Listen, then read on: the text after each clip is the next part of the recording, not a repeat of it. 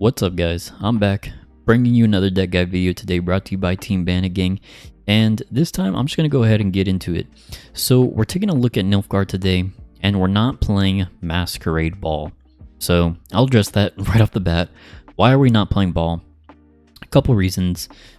One, I just wanted to try something different, to be honest with you. I don't like how almost every competitive Nilfgaard deck runs Masquerade Ball and it relies on this card so much. So I just wanted to try something different to see if I can find something viable without playing Ball.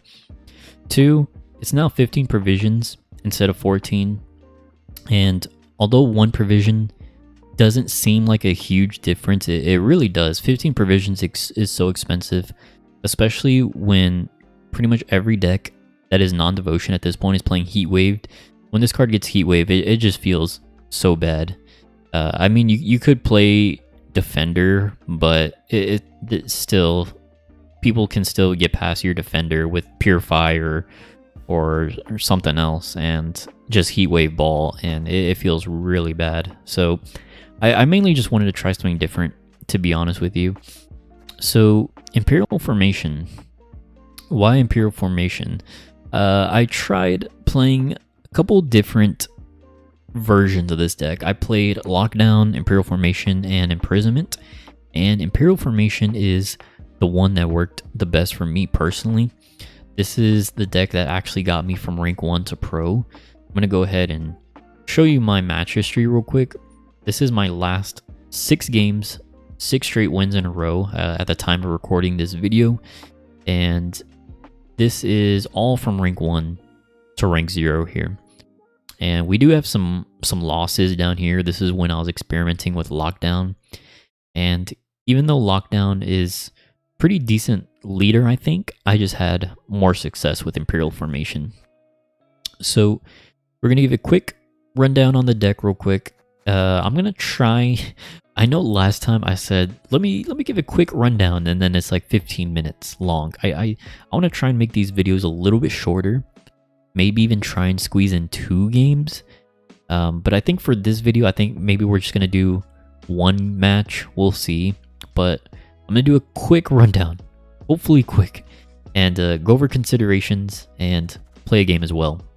So, hopping into the deck, we're not playing Ball. We're not playing Brothans either. And I'll talk a little bit more about that in the considerations. So, Imperial Formation, boost an allying unit by 2-3 charges. Once all charges are used up, move a soldier from your deck to the top. So your main target for these charges are going to be enforcers, and then a backup target is usually aristocrats. And then of course we're playing a Fawn, so whenever you use up your charges, move a soldier from your deck to the top. It's always going to be a Fawn pretty much, unless you somehow break a Fawn and get like a really bad mulligan. You're going to want to move him to the top to just summon him to the melee row. Running Usurper, pretty much an auto-include in almost any Nilfgaard deck at this point. Coup de Grace, or Cut the Grass, as some people like to call it, pairs really well with Joachim, or Joachim, I'm not sure how to pronounce it to be honest, but I say Joachim. Pairs really well with Joachim, pairs really well with Roderick for consistency, and goes with Fergus too. Whatever you give Spine with Fergus, you can copy it with Coup de Grace. And this is a devotion deck. The main benefit of devotion is Fergus here. Give 3 enemy units Spine, because that pairs really well with our aristocrats as well as our enforcers. And then we also have Ramon. Copy the enforcers, of course. Ramon is 9 out of 10 times going to want to copy enforcers. Sometimes maybe you just end up in an awkward situation where you don't want to brick Ramon and you copy like a Tortoise or maybe like Arbalest, but most of the time it's going to be enforcers you want to copy with him. And then we have Leo, which is really good tall removal. I've gotten a lot of value with him, and he has the option to destroy an enemy Witcher as well. A lot of people are playing Ciri right now. I see a lot of Ciri Dash. I sometimes see Ciri Nova still as well, so that's really nice. Vincent, really good tall removal as well. Good at killing veiled units, defenders, just really good removal. Invo, it can be used as a removal or as well pairs really well with Joachim. since you put an enemy unit at the top of your deck, and then you can pull out the top unit with Joachim. Fawn, we already mentioned. Menno, just a solid tutor card, tutor tactic. We got Coup de Grace and then Tourney Joust and Battle Prep as tactic cards. And Fergus, we already mentioned a little bit. Since we are Devotion, we give 3 enemy units spying. So that goes really well to buff our aristocrats as well as give charges to our enforcers for damage. Roderick, just good consistency. Plays a gold card from your deck, and he is one of our targets for Coup de Grace. Tortoise is a really good proactive play, and if people want to get greedy and destroy the armor and boost the unit with the most power by 3, then usually that'll play into Leo most of the time. So Leo is just really good at punishing greedy decks. Imperial Brigade, nice thinning card. We have a good amount of soldiers, so pretty easy to pull him out. Enforcers, we already mentioned. Hunting Pack, another good thinning card.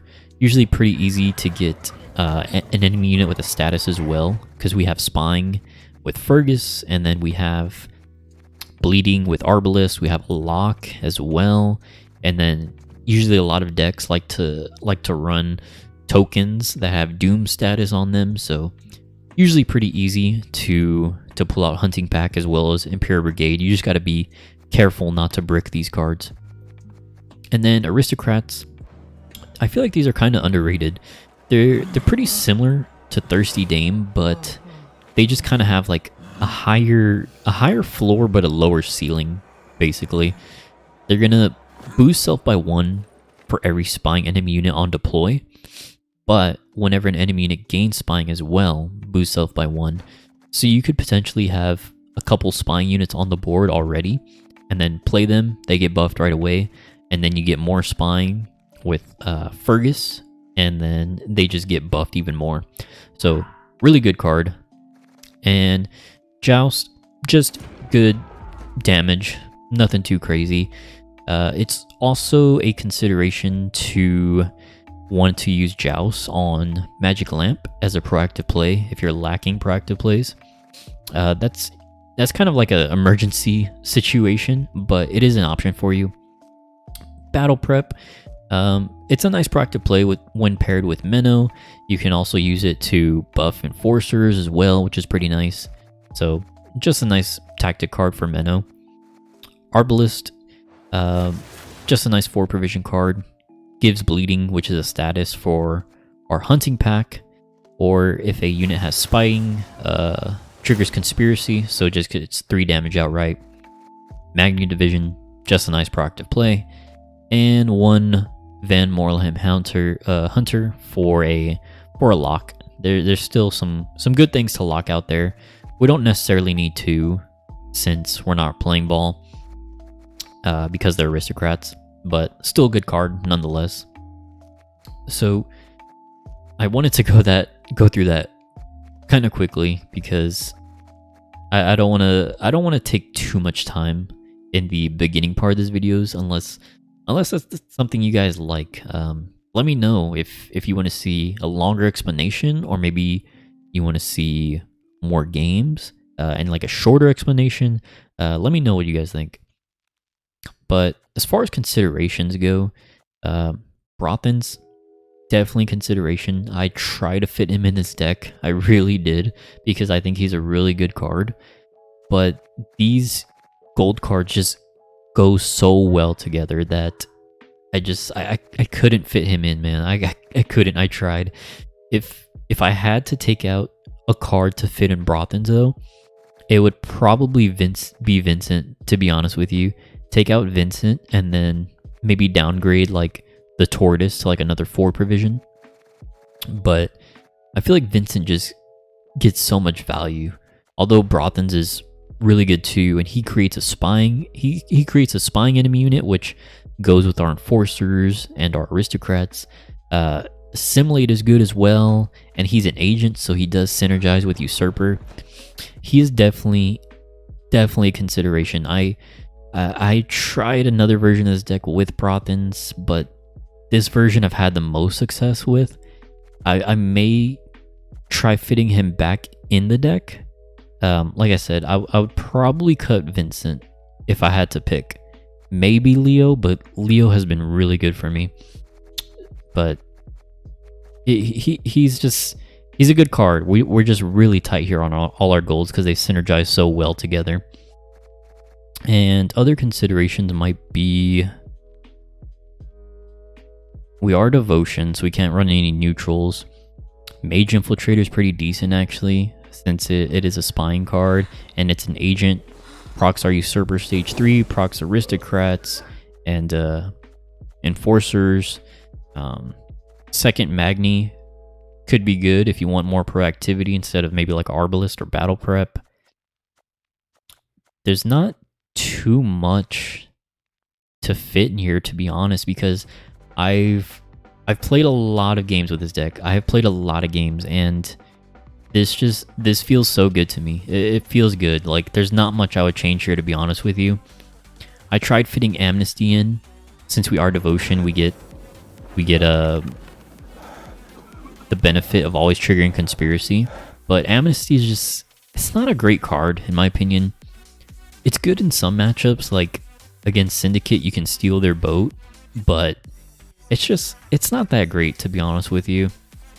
There could be an argument made to play Nilfgaard Knight over Tortoise, because Nilfgaard Knight actually kind of goes well with your Leo.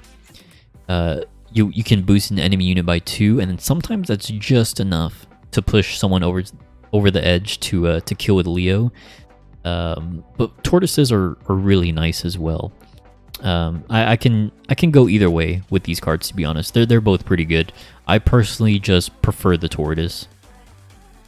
And that's pretty much it. I mean, there's not too much I would change here, like I said. I did actually try another version of this deck where I had crossbowmen instead of enforcers. Although I really like crossbowmen. I think they're good. But enforcers, if they stick with Fergus, it's just an insane amount of points. Especially since we have our leader charges to help keep the enforcers alive. They just play for an insane amount of points. That's pretty much it. Like I said, not much I would change here. If there is something I would fit in, it'd probably be Brothens to swap out for maybe like Vincent or something. But all these other cards, I feel like they just fit so well in the deck. So that's it. That's the deck. And let's hop into a game and I'll show you guys how we do it. And we're back. Okay, and we got into a game here. Ursine Ritual. I hope it's not Lippy. I really hate playing against Lippy. Okay, so my general game plan with this deck is try and win round 1 if I can. Get my thinning cards out. We do have Hunting Pack and Imperial Brigade here, which is actually really nice. I might get rid of maybe 1 or 2 Aristocrats. Get rid of 1, okay. I think I'm going to keep this, just so we don't risk breaking our Hunting Pack or Brigade. One downside to this deck is you gotta be kind of careful with the mulligans. You don't want to brick your thinning cards, as well as you don't want to brick your Hafan. Starts off with Invader, okay. Okay, so right off the bat has a status, so we can go ahead and play our Hunting Pack. And then I think we could play our Tortoise, and then we can get down our Imperial Brigade after that. Savage Bear, okay. Alright, nothing too crazy so far. It could maybe just be like a standard Warriors deck, I'm not sure yet. There's always a potential for it to be Lippy though, which could be dangerous for us. Okay, yeah, it's Lippy. It's Lippy. Yeah, there's no way they play Saris this early without it being Lippy. Oh yeah. There's the Roach. Oh wait, he only pulled out 1.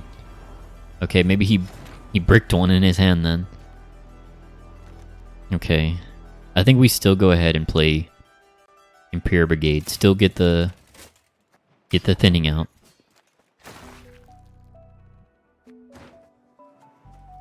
And I don't know... This is actually kind of dangerous. This is kind of dangerous. We do have Ramon and one Forcer, which is nice, but we don't have... We don't have Fergus for spying. So we don't have any way of getting spying units. We don't want to play Usurper here. I might have to pass, actually. We do have a nice play with Menno into either Battle Prep or Joust, but I want to try and maybe save Menno for a coup de grace. Oh, he passes. Oh, what the hell? Alright, I've never seen... I don't think I've ever seen Lippy pass that early. That's okay. Okay then. So, what can we do here? Man, if that was a 9, we could Leo that. See, this is where Nilfgaardian Knight actually might have been good. I might actually just have to take the Menno onto Battle Prep. Because I want to get ahead in one card here. I don't want to play 2 cards. I think that's fine. Wait, that's not enough, right? I think we have to use a leader charge too, don't we? Yeah, this is kind of awkward. Oh wait, no, it is enough, right? Oh wait, no, it's not. I'm dumb. That's a Papega. Yeah, we have to use a leader charge. Alright. That kind of sucks, but whatever, I guess. So...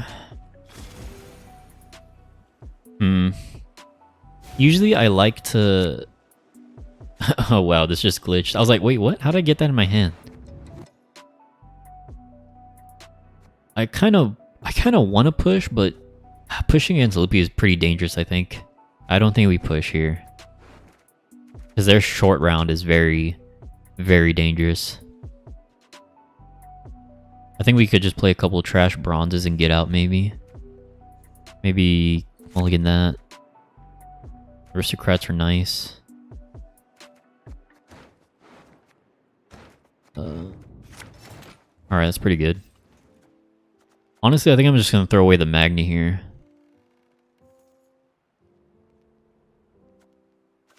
And go for the long round. This deck is pretty... You can be pretty aggressive with this deck, but... I'm kind of scared about pushing, to be honest. So I don't think I'm going to push here.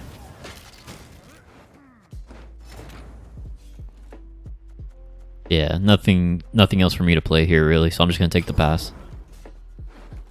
I'm surprised he passed so early. He must have had, like, awkward hand or something.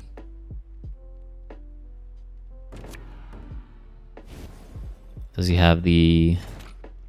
I thought he had the, what are they called? The discard guys? Oh, Nero into... Is he playing Lippy now, maybe? Build Carl. Build Carl, okay.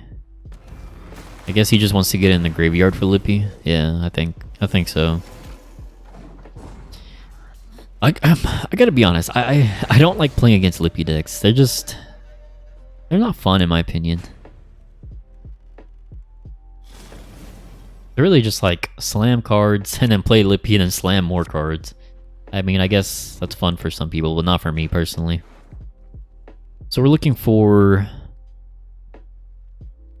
Enforcer, our golds. This is pretty nice, to be honest. This is a pretty good hand.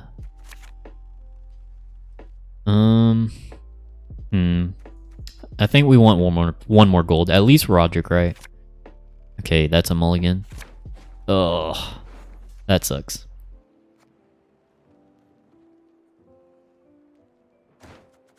This deck is usually pretty consistent. But we do miss a couple key golds here.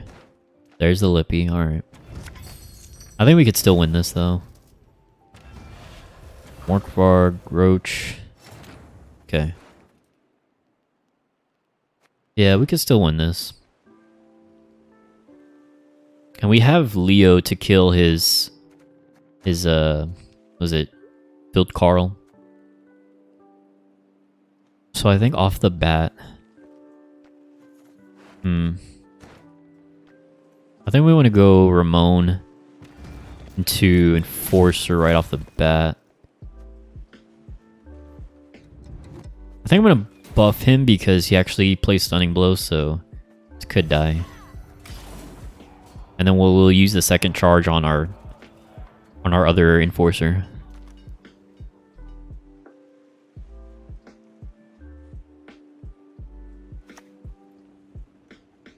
There's the bear, okay.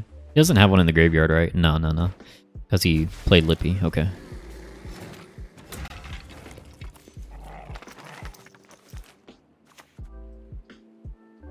Play our second Enforcer. Buff it up. Move Hafan. And I don't think... I mean, we can hold on to this charge, but I don't want to risk greeting it. I think we just damage something.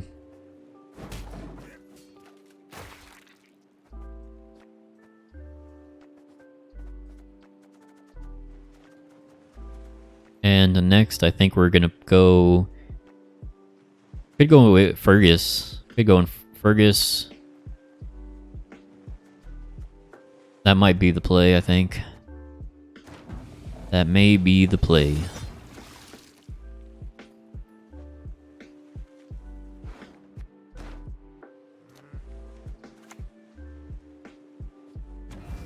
Give spying to... I'm just thinking of potential targets we want to use coup de grace on, although we're probably going to just coup de grace on our own Joachim. We get a lot of pings here, so we can just go ahead and kill that. Actually, I think that's that's actually a misplay on my part. That's a misplay on my part. I shouldn't have gave him spying and killed him, because that's one less spying unit for aristocrats, so that's actually less points for us. That's a bit of a misplay there. And there we go. There's the point slam. Alright, that's fine. I think we just go ahead and play our aristocrats then. Yeah, it would have gone to +7, so we lose out on a couple points. That's a bad move on my part. We'll see if it ends up costing the game. It potentially could, honestly. That's the guy I was talking about, Skirmisher, yeah. Alright, we'll play our second aristocrat. Now we kind of look like... We might actually have to play Usurper next, because... Oh yeah, he just row-locked us. Yeah, he just row-locked us. That's pretty bad. Okay. How can we play around this? We need to kill one. We can, we have 3 damage here. With bleeding, as well as spying, we could damage that by 3. I might play Joachim here and hope for Vincent and kill something on the front row. Might get an Enforcer too, actually. Let me go Joachim. God damn it, we get the freaking lock. I did not want that. Okay. Okay. Nothing for us to lock really, so we take the bleed.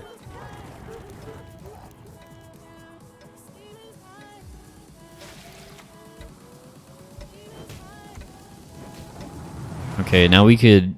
But now we get a ping of damage on that Morkvars, and he has spying, so we can just go ahead and kill it with Arbalist. As long...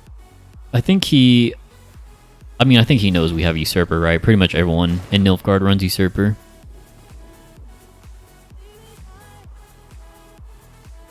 We're still holding off on our Leo for his Wildkarl. Or Champion of Svalbard, I guess. So we kill that. Now hopefully he doesn't keep on row locking us.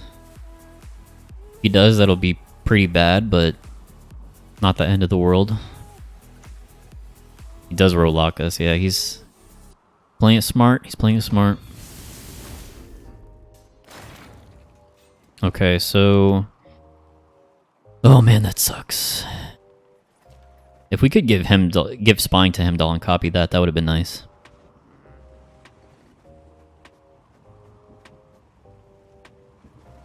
I think we have to go Usurper now, because if we coup de grace...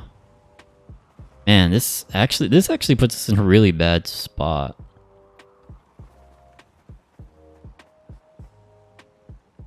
We might have to go Usurper now, because if we coup de grace now... I think I'm a Usurper now, right?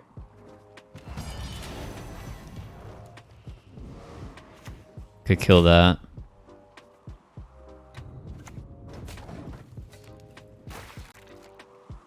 We don't Usurper there. This is a it could potentially get row locked back here if we coup de grace the Joachim.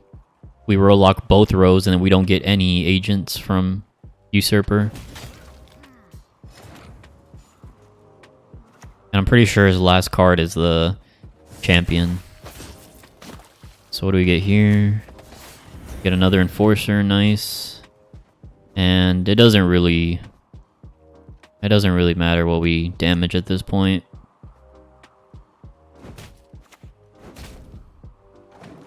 I think we win this. Should be able to. We even missed a couple of our golds. Oh shit. Ooh. Oh man. Oh. Oh boy. The bricked Leo, we still win. Oh boy, that was close. That was a tight game. That was a tight game. There was definitely a couple misplays on my part, I think. Those couple points we missed off the aristocrats actually kind of were important, but we barely won. We barely won. We eked out a win there. Oh man, that was a close game. Okay. Okay, well, we were able to win. I think our opponent had some pretty awkward draws round one. I think that's why they passed so early. But as well, we made a couple misplays, I think, in round 3. And we had to use a leader charge to get ahead in round 1. So, not the best game on my part, but I'm not the best player by any means. I wanted to try and create a fun Nilfgaard deck that didn't rely on ball, and it's able to win. It's able to win. It got me to pro rank, and we were able to beat Lippy as well. And we even missed out on a couple golds. We missed Vincent and Invo. So it's a pretty good deck, I think. I really wanted to share it and maybe see some other people play it, hopefully enjoy it, do well with it. So that's pretty much it. Let me know if you have any other questions. Let me know if you have any feedback, if you want these videos to be shorter or longer, you want to see more games, you want to see more explanation in the beginning, you want to see less explanation. Let me know your thoughts, and I will get to the comments as soon as I can. And if you want to check me out on Twitch, I usually stream about 3 to 4 days out of the week. My link to Twitch will be in the description below, and link to Bandit Gang website will be down below as well if you want to check that out. Maybe check out some coaching. If you're interested in coaching, Bandit Gang does offer coaching for players of all skill levels, whether you're new or experienced. And that's pretty much it.